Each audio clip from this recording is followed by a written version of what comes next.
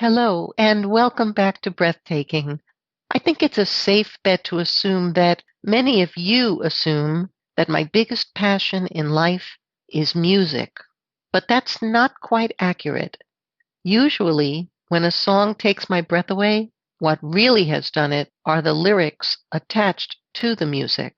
Let's face it, I am a lyrics fanatic, which brings me to all three of this week's podcasts. The first in an intermittent series entitled Waxing Lyrical, celebrating lyrics and lyricists that knock my socks off. This premiere edition of Waxing Lyrical pays tribute to the brilliant, although I'm actually not certain that that is strong enough of an adjective, the brilliant Noel Coward.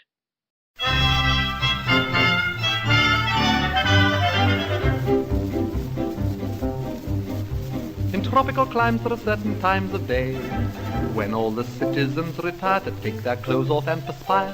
It's one of those rules the greatest fools obey, because the sun is far too sultry and one must avoid its ultraviolet ray.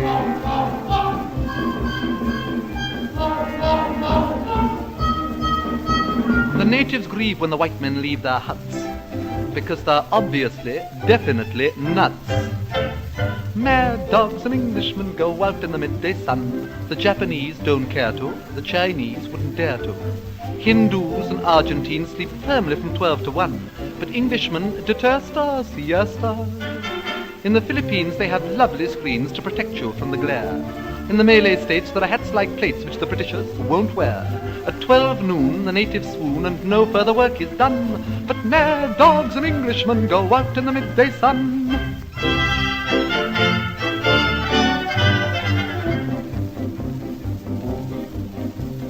Such a surprise for the eastern eyes to see that though the English are effete, they're quite impervious to heat. When the white man rides, every native hides in glee, because the simple creatures hope he will impale his solar topee on a tree.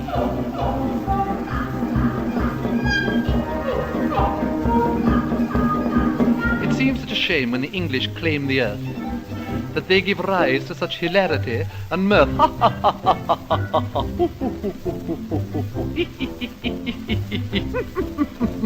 Mad dogs and Englishmen go out in the midday sun. The toughest Burmese bandit can never understand it. In Rangoon the heat of noon is just what the natives shun. They put their Scotch or rye down and lie down in a jungle town where the sun beats down to the rage of man and beast.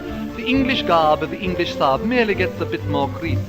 In Bangkok, at 12 o'clock they foam at the mouth and run, but mad dogs and Englishmen go out in the midday sun. Mad dogs and Englishmen go out in the midday sun. The smallest Malay rabbit deplores this foolish habit. In Hong Kong they strike a gong and fire off a noonday gun to reprimand each inmate who's in late. In the mangrove swamps by the python romps there is peace from 12 to 2. Even caribous lie around and snooze, for there's nothing else to do. In Bengal, to move at all is seldom if ever done. But mad dogs and Englishmen go out in the midday, out in the midday, out in the midday, out in the midday, out in the midday, out in the midday, out in the midday sun. That was Noel Coward himself in 1932, performing Mad Dogs and Englishmen, the first song of his that I ever heard, thanks to my good friend Pat King back in the early 1980s. I don't know about you, but I am blown away by the song's internal rhymes. For example, but Englishmen detesta siesta. And here's another one. They put their Scotch or rye down and lie down. Coward wrote the song while driving from Hanoi to Saigon. He elucidated, quote, I wrestled in my mind with the complicated rhythms and rhymes of the song until finally it was complete without even the aid of pencil and paper. I sang it triumphantly and unaccompanied to my traveling companion on the veranda of a small jungle guest house. Not only Jeffrey, but the gecko lizards and the tree frogs gave every vocal indication of enthusiasm, unquote. As you can see, Mr. Coward's razor-sharp wit was hardly limited to his song lyrics. In praise of his versatility, Lord Mountbatten said in a tribute on Coward's 70th birthday in 1969, quote, "There are probably greater painters than Noel, greater novelists than Noel, greater librettists, greater composers of music, greater singers, greater dancers, greater comedians, greater tragedians, greater stage producers, greater film directors, greater cabaret artists, greater TV stars. If there are, they are 14 different people. Only one man combined all 14 different labels, the master." Unquote. Today's podcast features 3 more of Noel Coward's hilarious songs. First, here is an abridged version of "That Is the End of the News," performed by Tom Lehrer. We are told very loudly and often to lift up our hearts. We are told that good humor will soften fate's cruelest darts. So, however bad our domestic troubles may be, we just shake with amusement and sing with glee. Dad's got those pains again, Grandma's in bed with her varicose veins again. The only result of Aunt Maud's operation has been gales of wind at the least provocation. We're so glad dear little Doris has just been expelled for assaulting Miss Morris. And Rover got rabies and bit several babies, and then went after old Mrs. Hughes. We're delighted because Mom baked a cake, and we all went to bed with ptomaine. We're excited. They've been dragging the lake, but they still haven't found poor Aunt Jane. 3 cheers, Ernie's got boils again. Everything's covered with ointments and oils again. Now he has 7, so God's in his heaven, and that is the end of the news. Da-da-da. We're so glad poor Mrs. Mason was doing the laundry downstairs in the basin when our old corroded gas heater exploded, and all they could find were her shoes. We were done in by the mortgage foreclosure, and Grandpa went out on a blind. He got run in for indecent exposure and ever so heavily fined. Hey ho and hi diddle diddle, Aunt Isabel's shingles have met in the middle. They sent her to Lourdes, but she didn't get cured, and that is the end of the news. Next, performed by Ewan Morton, here is "A Bar on the Piccolo Marina," a song about the recently widowed Mrs. Wentworth Brewster. See if you can identify how many words Noel Coward rhymes with Brewster. In a bijou abode in St. Barnabas Road, not far from the Esher bypass, lived a mother and wife who for most of her life let every adventure fly past. She had 2 strapping daughters and a rather dull son, and a much duller husband who at 61 elected to retire and later on expire. Sing hallelujah, hey nonny no, hey nonny no, hey nonny no. He joined the feathered choir. On a wet afternoon in the middle of June, they all of them came home soaking, having laid him to rest by special request in the family vault at Woking. And then in the middle of the funeral wake, with a mouthful of excellent Madeira cake, his widow cried, "That's done, my life's at last begun." Sing hallelujah, hey nonny no, hey nonny no, hey nonny no. It's time I had some fun. Today, though hardly a jolly day, at least has set me free. We'll all have a lovely holiday on the island of Capri.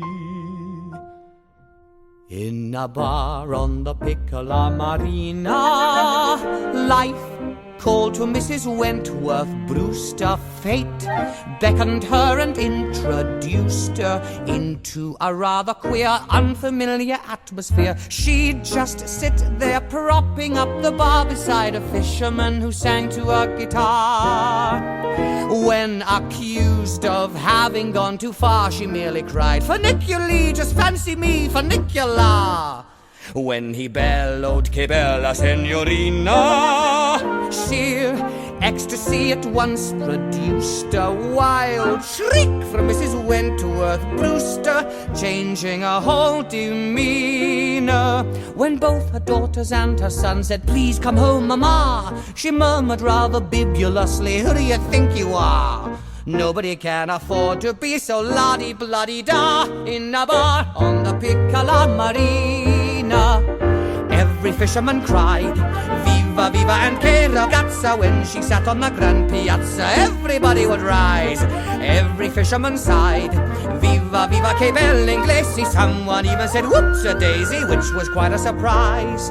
Each night she'd make some gay excuse, and beaming with goodwill, she'd just slip into something loose and totter down the hill to the bar on the Piccolo Marina, where love came to Mrs. Wentworth Brewster. Hot flushes of delight suffused her. Right round the bend she went, picture her astonishment. Day in, day out she would gad about, because she felt she was no longer on the shelf. Night out, night in, knocking back the gin, she'd cry, "Hurrah, funicular, funiculi, funic yourself!" Just for fun, 3 young sailors from Messina bowed low to Mrs. Wentworth Brewster, said "Scusi," and politely goosed her. Then there was quite a scene. Her family, in floods of tears, cried, "Leave these men, Mama." She said, "They're just high-spirited, like all Italians are, and most of them have a great deal more to offer than Papa." In a bar on the Piccolo Marina.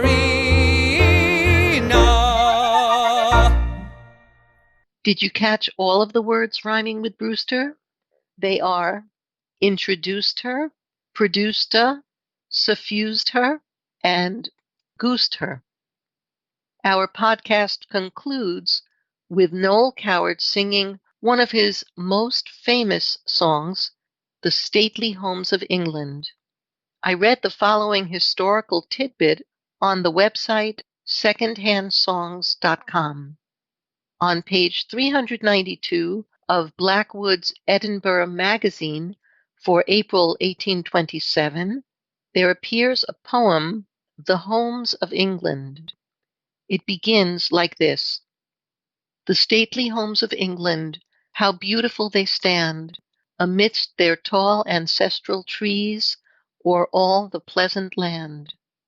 Felicia Hemans wrote these words, which 102 years later were appropriated by Noel Coward thusly: "The stately homes of England, how beautiful they stand, to prove the upper classes have still the upper hand." One quick final note before treating you to "The Stately Homes of England."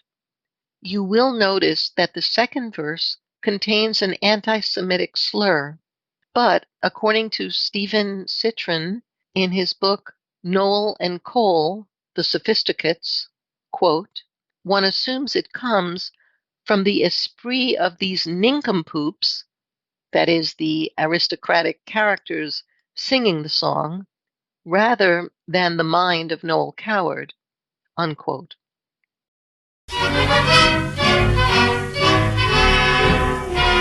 Lord Elderly, Lord Boromir, Lord Sickert, and Lord Camp.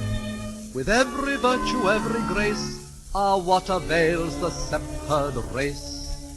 Here you see the 4 of us, and there are so many more of us eldest sons that must succeed. We know how Caesar conquered Gaul and how to whack a cricket ball. Apart from this, our education lacks coordination. Though we're young and tentative and rather representative scions of a noble breed, we are the products of those homes serene and stately that only lately seem to have run to seed. The stately homes of England, how beautiful they stand, to prove the upper classes have still the upper hand, though the fact that they have to be rebuilt and frequently mortgaged to the hilt is inclined to take the guilt off the gingerbread and certainly damps the fun of the eldest son. But still we won't be beaten, we'll scrimp and screw and save. The playing fields of Eton have made us frightfully brave, and though if the Van Dykes have to go and we pawn the Bechstein brand, we'll stand by the stately homes of England. Here you see the pick of us, you may be heartily sick of us, still with sense we're all imbued. Our homes command extensive views, and with assistance from the Jews, we have been able to dispose of rows and rows and rows of Gainsboroughs and Lawrences, some sporting prints of Aunt Florences, some of which were rather rude, although we sometimes flaunt our family conventions. Our good intentions mustn't be misconstrued. The stately homes of England we proudly represent. We only keep them up for Americans to rent, though the pipes that supply the bathroom burst and the lavatory makes you fear the worst. It was used by Charles I, quite informally, and later by George IV. On a journey north, the State Departments keep their historical renown. It's wiser not to sleep there in case they tumble down. But still, if they ever catch on fire, which with any luck they might, we'll fight for the stately homes of England. The stately homes of England, though rather in the lurch, provide a lot of chances for psychical research. There's the ghost of a crazy younger son who murdered in 1351 an extremely rowdy nun who resented it, and people who come to call meet her in the hall. The baby in the guest wing who crouches by the grate was walled up in the west wing in 1428. If anyone spots the Queen of Scots in a hand-embroidered shroud, we're proud of the stately homes of England.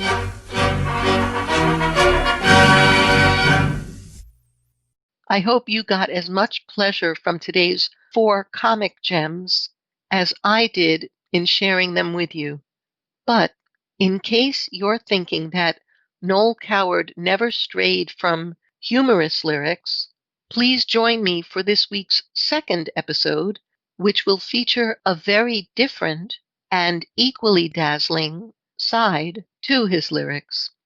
Signing off for now with a song in my heart.